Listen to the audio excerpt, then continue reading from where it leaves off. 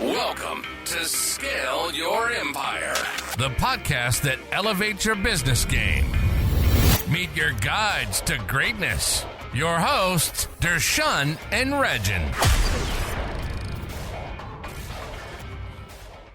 Hello, everyone, and welcome to another episode of Scale Your Empire. And we have a very distinguished guest today, Ben Walker. Ben is a founder and director of Inspire Accounting and the tagline, Life-Changing Accountants. Wow, I love that, Ben. I'm going to talk to you about that. Why did you come up with the name as well? Yeah. So Ben Walker started at the age of 23 with nothing but a borrowed printer and a laptop and a simple idea. And he literally changed the face of accounting by bringing in a lot of innovation into the accounting practices. Ben is a winner of the Anthill Online 30 Under 30 Award in 2014 and was named a finalist in Brisbane Young Entrepreneur of the Year Awards, which is pretty cool. So Ben, it's a pleasure to have you on our podcast, man. Thanks for coming on today. No worries. Thanks for having me. Appreciate it. To have you here, Ben. Really excited for this podcast. We're going to get some really good nuggets. Okay, as I said, I'm going to touch on the name, right? Inspire. Inspire is probably, you hear that name, probably if you're a motivational business, speaker business, or maybe an NDIS business or something. But how come an accounting firm, how can an accounting firm inspire and how can it change lives? Yeah, cool. What is the thing behind that? Well, the name actually came from me listening to a lot of a motivational speaker. His name's Eric Thomas in the States. I was in Paddo, it's called. It's a pub in Brisbane, Paddington Hotel. I just finished, they did like a $10 roast lunch or something. And I was trying to think through coming up with names, and ET, his initials, he has some sort of YouTube channel called ET Inspires. And I wanted a name that was almost like a verb. So the firm would sort of move things, and inspire as a verb. And the other thing is, something inspirational, or it's hard to choose a word without actually saying it, but that would engage business owners to think of us as something more than sort of just your typical accountants. And yeah, that was, I can remember even the position. I was in the car park, I was in the car, and I was like, that's it. So yeah, that's how it came about. And I feel like that's, it's definitely a bit of a distinguishing name versus, Walker and Associates or something sort of name related, which we see a lot in the accounting industry. But I feel like we can inspire business owners to think about their numbers or their business performance differently, think about investments or things like that. And our whole team want to focus on helping our clients achieve their goals. So yeah, it sort of encompasses all of what we do. Yeah. Awesome. That's an awesome name. And it's amazing what you've done in the last 11 or 12 years with the business. Ben, we talk a lot about scaling, and the whole podcast is about scaling. So we just want to quickly start off with those kind of questions. And maybe in the end, we can touch on tax planning. And, we got end of year financial year coming up. So it'd be awesome to go through that as well. So look, when you were scaling your business, I'm talking about the early days, maybe the first 3-4 years. Can you think about some of the biggest mistakes you did when you were thinking about scaling your firm? Done those years, and I'm sort of feeling a little bit like, oh. They were sort of quite painful lessons. But yeah, some of the perspectives I had, and I sort of reflect on Inspire as going through about 5 different distinct stages. But the first few years, getting it off the ground, I started with a handful of clients. So I didn't have a big base of clients. I had 30 grand in annual income from them. And over the next 2.5 years, I took that to 420 grand. I think we finished that 12 months on. And what that was a lot of at the start was, I also didn't have a massive business network either, but it was a lot of that sort of style hustling, one-to-one conversations, coffee meetings, and a lot of me wearing so many hats. And I even think the number of hats I wear right now is a few, but back then it was like everything. I was doing admin, I was doing tax returns, delivering to clients, everything. Yeah, networking, trying to drum up business. But then, that 2.5 years to 7 years, we grew from, about that 420 mark to about 1.6 million in revenue, which was about 4.5 year period. And a lot of that was running one-to-many style education events, if I sort of think, and that really worked well.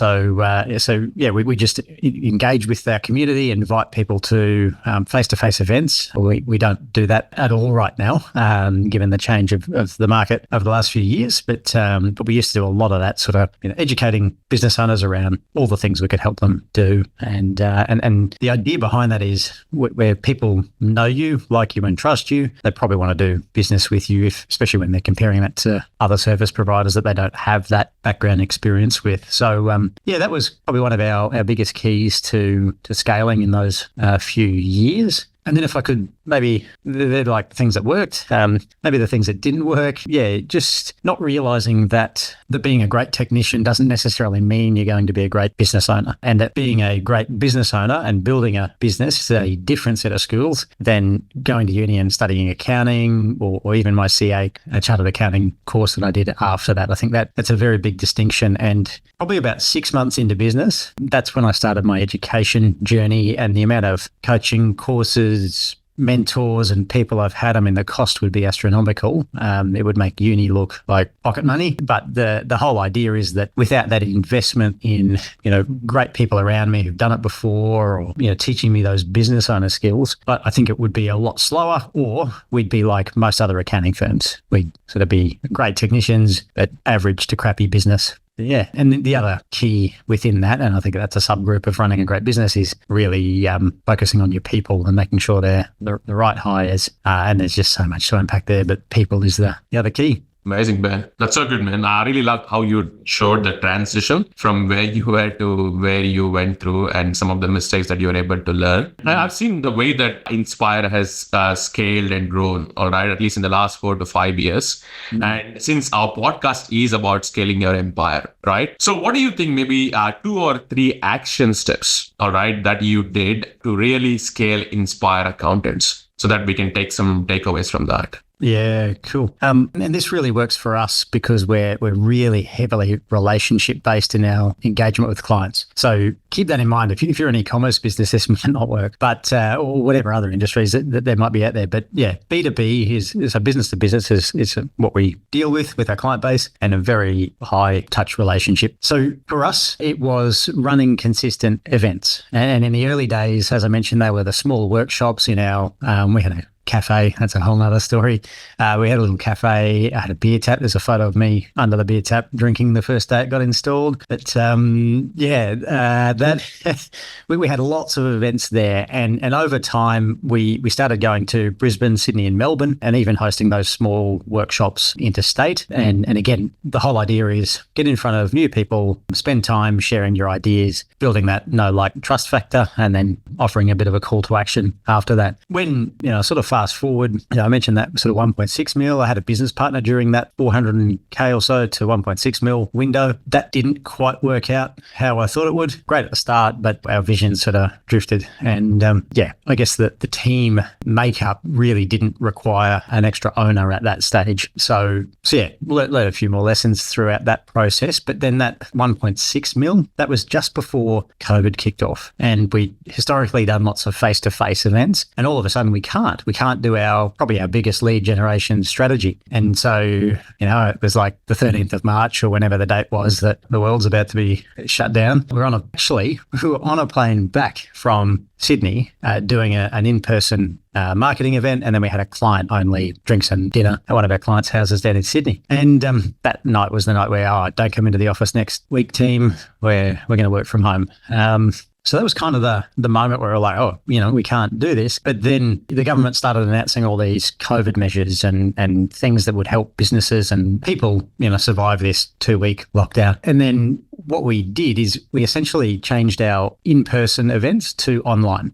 So we had a database that might only have been a few thousand people at the time. And that was built over 7 years to get to about 3,000 people in the database. But we started doing these JobKeeper webinars, and webinars basically taking what the government incentives were, unpacking it and teaching it to business owners without all the government crap in the way. So really, like, what do you do from right now to go and access this stuff? And my jaw dropped. We had to upgrade our Zoom subscription to allow more than 500 people in a webinar. We had more registrations than I could believe. I don't know whether we cracked 1,000, but might have been close on a couple of those. And having 300 to 400 people in a webinar live, it was just mind blowing. Yeah. And that was March, April 2020. And then we just kept up the rhythm because every few weeks we had an announcement from the government, oh, we're doing this thing now. And we've got JobKeeper 2.0 or whatever. I can't remember all of it. Probably have PTSD from that time. The whole idea is we basically turned into journalists for our small business audience. All right, this is happening. This is what you do. There were state-based grants that we sort of got our head around because we work with clients all over Australia. All right, what do you need to do to get that? And towards the end of 2020, our office would start getting phone calls saying, hey, I've been on the last 8 webinars. I just want to sign up. And I started to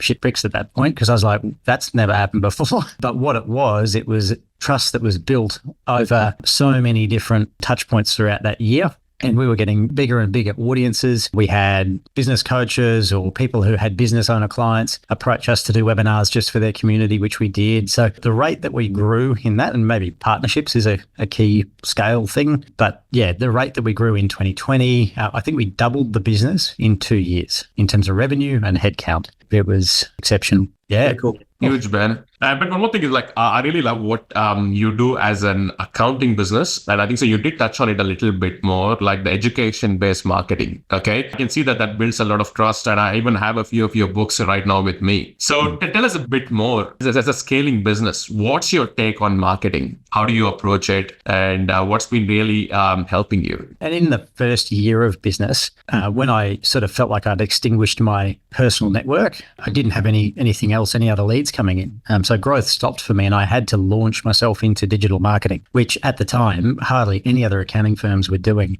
And the person I learned that off taught me all about content marketing. So it wasn't like ads and, push stuff. It was more like SEO based, write the long tail search query. And I studied SEO. I remember writing blog articles in 2013, 14, 15 around that time while my wife was studying her vet degree. So she would be studying for like 24 hours in a day and I'd be sort of writing articles and those articles still get huge traction SEO wise 8-9 years later. It's crazy. But then, yeah, I sort of learned from other mentors and there's a book called Zero Moment of Truth or An Idea, something like that, where I think I'm going to get this wrong, but it's like 7 hours over 11 touch points over 4 different mediums that people look at buying cars, I think. But the same idea applies to other, purchasing behavior, where if someone's exploring working with someone, the more time they can spend with you over different mediums like a book, a physical book, a podcast interview,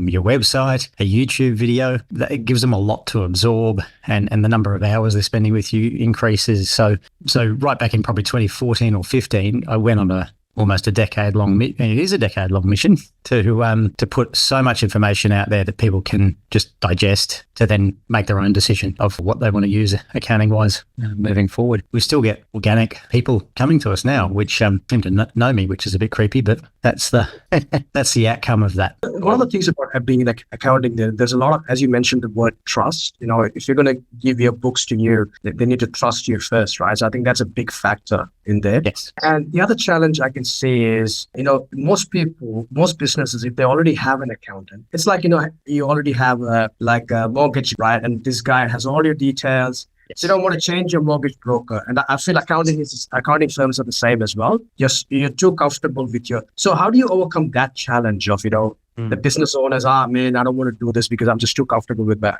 accounting. I don't want to try anything new. That's a really great question. The more I was in business, the more I realized that there's different types of accountants. There's accountants who just lodge the tax returns and take what you've got in Xero or whatever the software you use, put it into their system, hit the button and lodge it with the ATO. But then there's accountants that can guide you. And one of the things we did early on was make sure we help our clients just pay the right amount of tax, but no more than they need to. So a really strong focus on tax planning, right from the structure setup through to every single financial year, making sure we have a conversation around that and a process around that. And what we do for let's say you're a business owner, you're sort of mildly happy with your accountant. Maybe they could do things a little bit better, but you're not terribly unhappy. We offered a service and we started this I started it from day one because I used to help my old firm I used to work with do the same process, but it's basically a second opinion on your tax. We'd have a look at how the accountant you're using has prepared your tax returns. And if we were your advisors,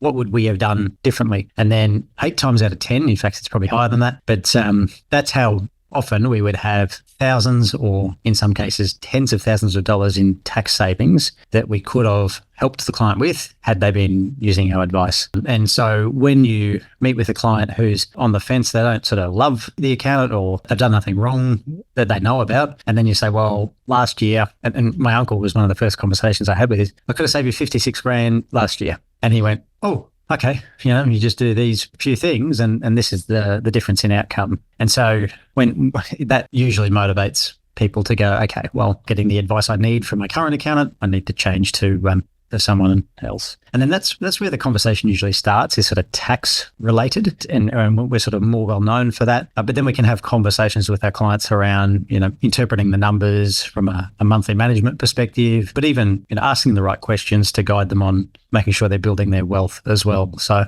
yeah, that wedge for us is usually the tax side of things, and a realization that, wow, even if it's not 56 grand, even if it's 13 grand, but hey, I've been wasting 13 grand probably for the last 5 years on top of my accounting fees. Wow. Amazing, man. Now, that's really the way that you promote it, especially giving value upfront. I think so that really stands out for me as well. So let's just shift a bit of gears and talk about the culture. Like, I can see that whenever we interact with any of the team member in Inspire, all right, they're very quick to respond. They have that business owner mindset, even with team members. So tell us a bit more. How did you go about developing this really amazing team culture? Yeah, yep. Really great question. And again, I feel like a decade-long pursuit. So, yeah, I mean, I always wanted to be the boss that I would have wanted to work for. So that's a sort of mindset I had all the way through. And I had stuff from managers and the people who ran the firms I'd worked at beforehand that I liked and that I also didn't like. And they were sort of pretty polarizing, especially at a big corporate firm I worked with in the first 3.5 years of my career. There was a lot of what not to do's. And so I was very mindful of that. And then, yeah, it's just making sure that you provide a workplace where people know how to win each day or each week and be really clear on what their expectations are. And for any accountants listening, that's not timesheets. Most of the accounting industry do timesheets, and that's the performance measure. But timesheets or hourly rates don't mean much to a client. And as a team member, they're crap to do. So again, what are our KPIs? And they're more project management based. So deliver X amount of that thing to clients, or even what matters to clients, how much tax are we saving our clients? So I think, in fact, I'll pull up Slack because it was only posted yesterday, and we're in tax planning season right now. And yesterday we had an update from our team.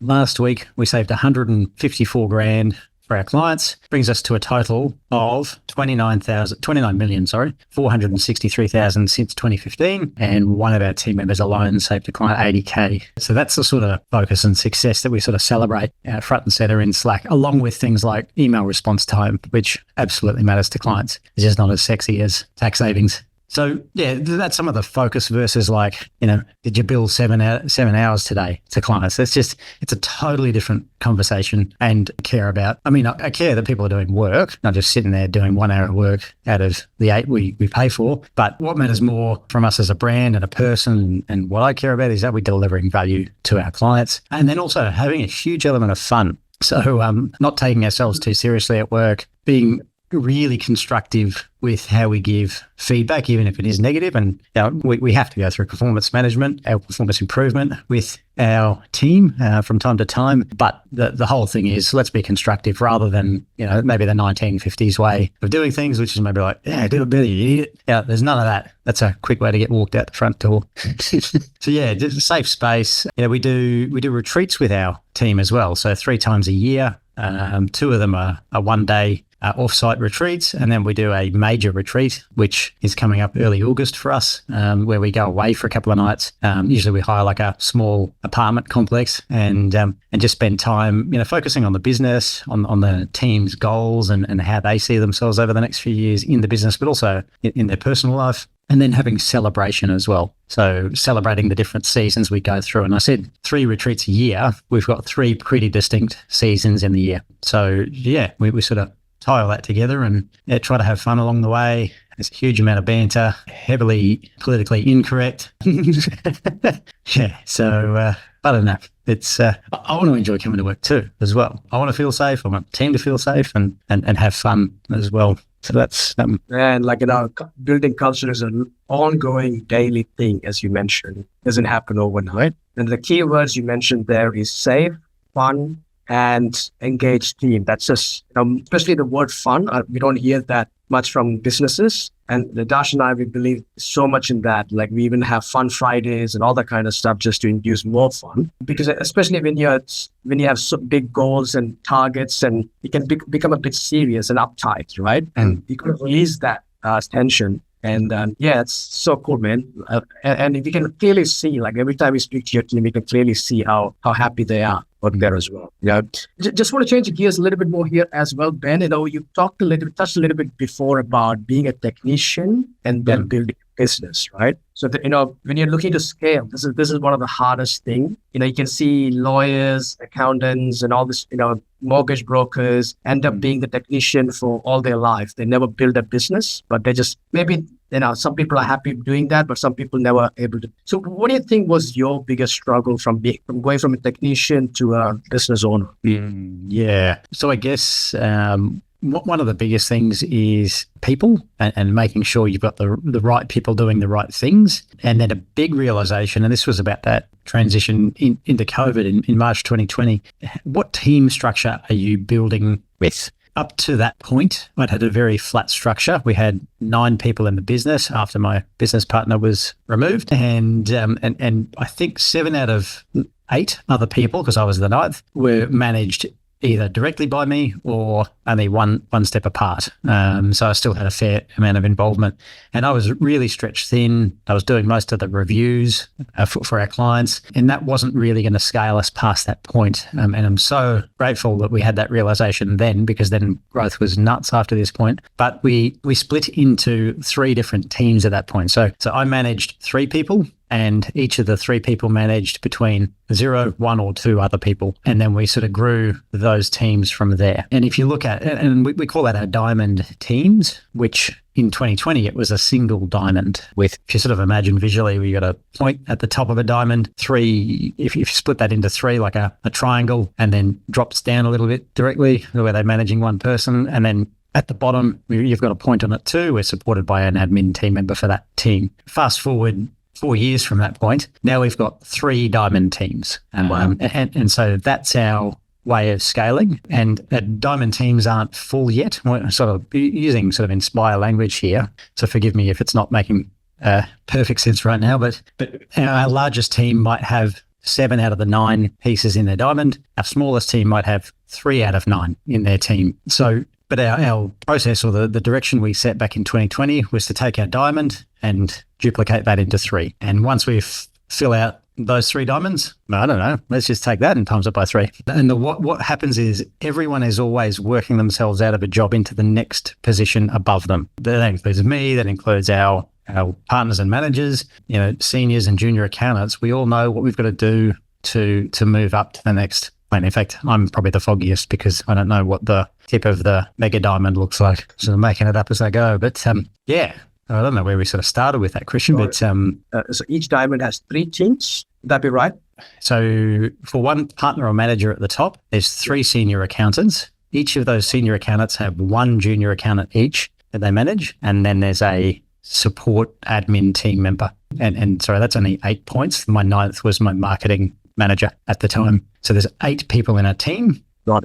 And they're supported. That's a really cool structure. Man, I like what you mentioned, like how it comes out as a pyramid. Yeah. Amazing. I've seen that, you are a big believer in having remote teams. Okay. Yes. And I can see that the support we receive as well is sometimes so quick, so fast as well. Can you share a little bit about your experience in having a remote team or an outsourced team? How has it been?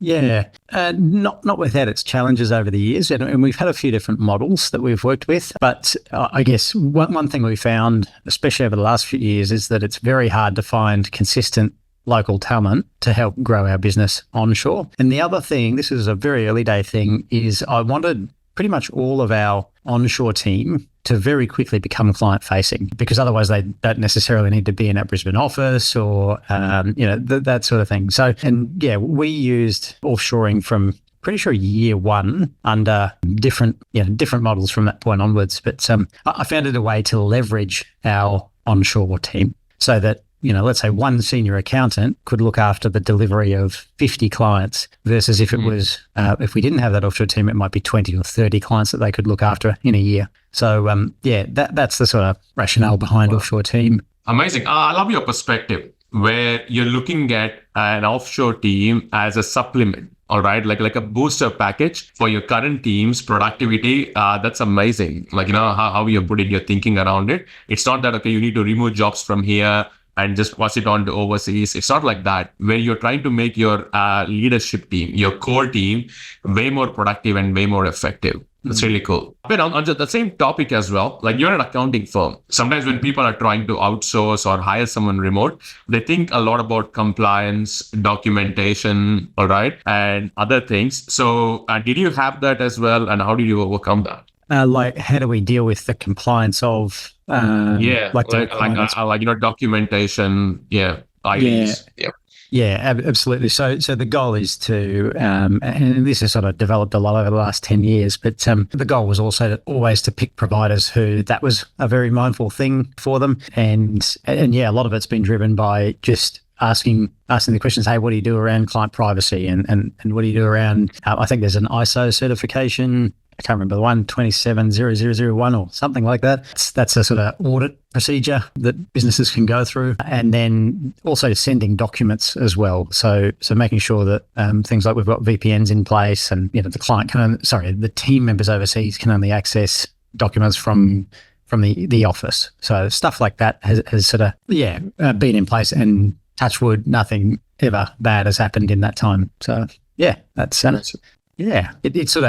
it's less of a thought because we've had those discussions up front with our providers. Amazing, man. We've got around another 10 minutes left, and we want to get into the meat of the stuff about tax planning and 2 months to go, right? So first of all, just in a general sense, coming 2 months towards tax planning. So we got a lot of small businesses who listen to this podcast. So how do you think they can prepare mentally and physically? Physically, I mean like paperwork wise and all that kind of stuff for the next 2 months. What should be the top priorities right now? Yeah, well, tax planning for us is a fairly significant process. Like it takes us months to do with our clients. And the first thing there is don't wait till the end of June to do tax planning. So start now, or the best time would have been maybe a few weeks ago. But so start a few months out from 30 June. And the whole goal that we take our clients through is estimating what their profit is going to be for the financial year. So we've got 9 months of actuals, 3 months of estimates. So what's your profit going to be? Therefore, what will your tax bill be on that profit?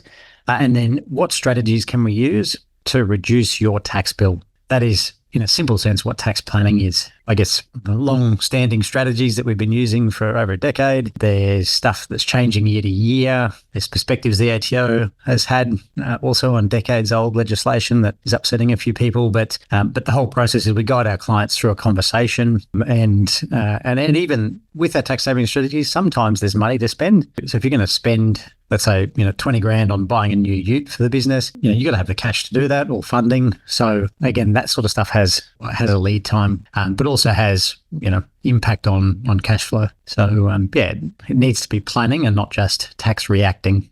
Got it. Yeah. I think it's the right time to just book a meeting with the accountant. If the accountant does that themselves, I think it's time for small businesses to take that action and make the booking now so they can plan it out. Right? Yeah. Absolutely. Yeah. Just want to touch on, by the way, Ben, the Div 7A loans, right? The infamous Div 7A, right? Yes. So what is your take on that? And how should I, this is where a lot of small businesses, especially small businesses, get stuck on. What is your take on that? And how do you suggest people to really manage that part of the, if they do have a Div 7? Yeah. So if you're not too familiar with what the rules are, a really basic explanation of it is that companies are taxed at 25% if they're a small business, or 30% if they're an investment company, and individuals are taxed at anywhere between 0 and 47%. So it's a sliding scale depending on how much it is for the individual, but companies are a flat rate of tax. Now, Division 7A pops up where business owners have taken out more money from their companies than they've paid income that they've paid tax on personally. So how that might look is, let's say you've got a business owner who in their company has made I don't know, 600 grand for a year in profit, and they pulled all 600 grand out in cash, but they've only been taxed on 400 of it. You've got that 200 grand that you owe back to the company. So again, that's a sort of a really, really basic way of saying it. Now, there's rules associated with that, because in that example, in the company, you've probably paid 25% tax on that 600 grand profit, versus if you got taxed on that remaining 200 grand, you would have had a top-up tax of 22% as well on top of that company 25% tax rate. So Division 7A is basically, it was brought in 1997 to prevent people from just ripping out company profits and not paying that top-up tax. So how do we deal with that? Well, there's a few different ways. You can put the money back in the company. Now, what you can't do is just rip it out. So put it back in on 30 June and take it out on the 1st of July. That doesn't quite work. A lot of people do it, but technically it's not a repayment if you're just ripping it straight back out the next day. But you can put it in the company. And the thing I don't like about that is you've got assets and cash in a trading entity. So what we can do is, there's a whole heap of strategies. We've done a webinar just on this topic itself, but other things like, instead of investing in trusts, we could invest through company names, pay the cash back and let it sit in the company. There's even restructures of people's businesses that we can do. If they hit certain requirements where they might be in a certain structure that's not ideal for growth, we're able to restructure them into a new entity and also take care of a big piece of Division 7A in that restructure itself. So yeah, there's a very complex set of, it's simple, but it's also complex how it works. And there'd be about a dozen ways that we can have an impact on that. It just depends on the goals of the client. But yeah, I'm not saying that the Division 7A loans are all bad. It just needs to be managed. Ben, it's been one of an amazing podcasts. Wish we could keep speaking. There are so many amazing insights we've given, both with regards to tax planning, even as well as running an amazing business. Okay. For the audiences, if they want to learn more about you, how they can get help with regards to tax planning, saving tax, how can they reach out to you? What do they need to do? Yeah, cool. Well, the easiest way is to go to our website, inspire.accountants. And again, we've got a ton of content to absorb. We've got all our webinar replays on our YouTube channel as well. So we a couple of weeks ago, we did one on tax planning, which might be a great start for people wanting to know more about that. Yeah. Perfect. Thanks so much, Ben. That has been so much massive value on this podcast. And so many things to learn from you. No worries. Thanks for coming. Thank you both for having me. Thanks for listening to Scale Your Empire. Help spread the wisdom by liking and sharing this podcast. And we'd love to hear your views in the comments. Now, go out there, take action, and elevate your empire.